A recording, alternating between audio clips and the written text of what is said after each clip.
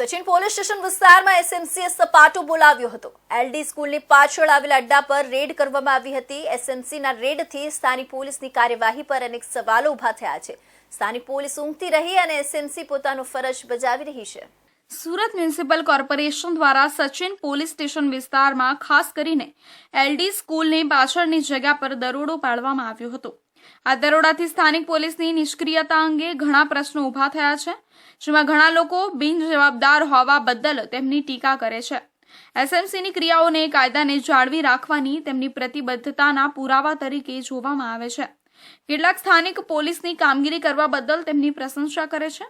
આ દરોડાએ સ્થાનિક પોલીસ દળની અસરકારકતા અને વિસ્તારના મુદ્દાઓને ઉકેલવાની તેમની ક્ષમતા વિશે ચર્ચા જગાવી છે।